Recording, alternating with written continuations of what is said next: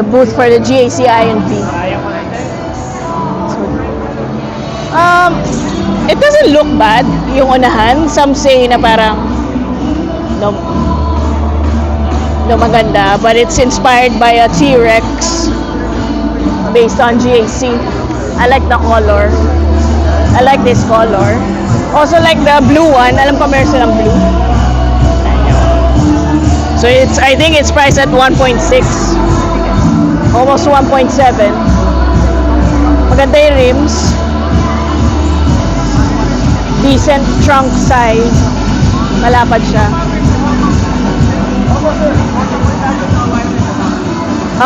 Let's see kung makakapag-test drive tayo. Sabi ng agent na nakausap natin sa BGC, pwede daw.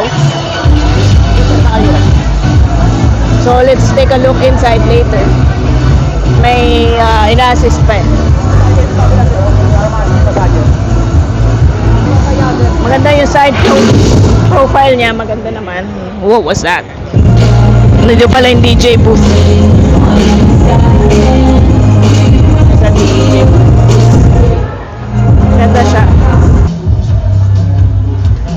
Okay, so we're inside the GAC Ion V. The steering wheel, nung una akala ko parang masyadong bilog or hindi ko lang gusto yung dalawang spoke, but it's fine. I like the large infotainment. I love the wireless charging. Ito, it looks good, but the downside is wala silang compartment, similar to the Zeekr X Premium. Wala rin compartment or glove box, sorry. Very nice plush interior. There's a table tray. O, bagay sa mga work from home. Ba, nakabukas pala yung music. Kamusta yung ano dyan? Space. How's the leg room? It's really good. The leg room. Okay. Leather is really good. Oo. It feels premium seat. Yeah. And it's comfortable to be sitting here. Actually, next week, pwede natin i-test drive. Ngayon kasi, dito sa Mias, marami daw naka-line up. So, next time. And also, how do you open this? Ito, may fridge. As in freezing. See? Freezing. Freezing. Ayan o, may logo nga ng ice cream. May bote pa. So, yung water. Freezing and heating yan. Very nice.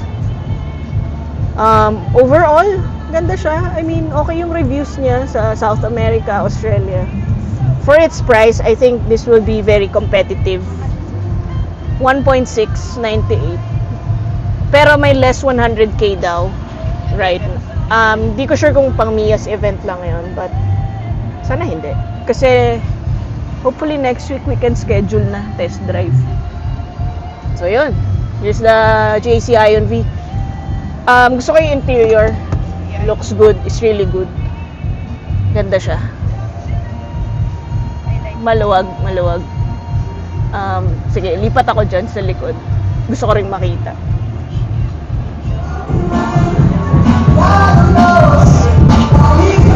Ganda.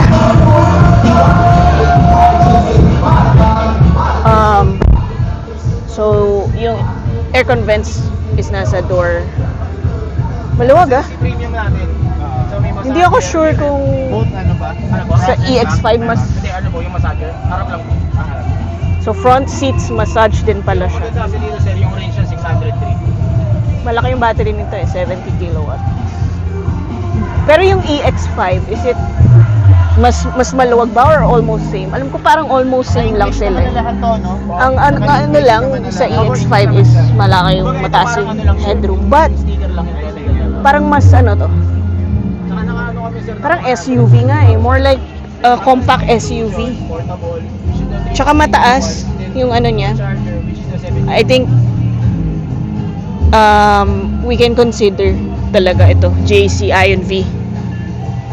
But let's wait for the test drive next week. So, ayun. Very nice. Very nice.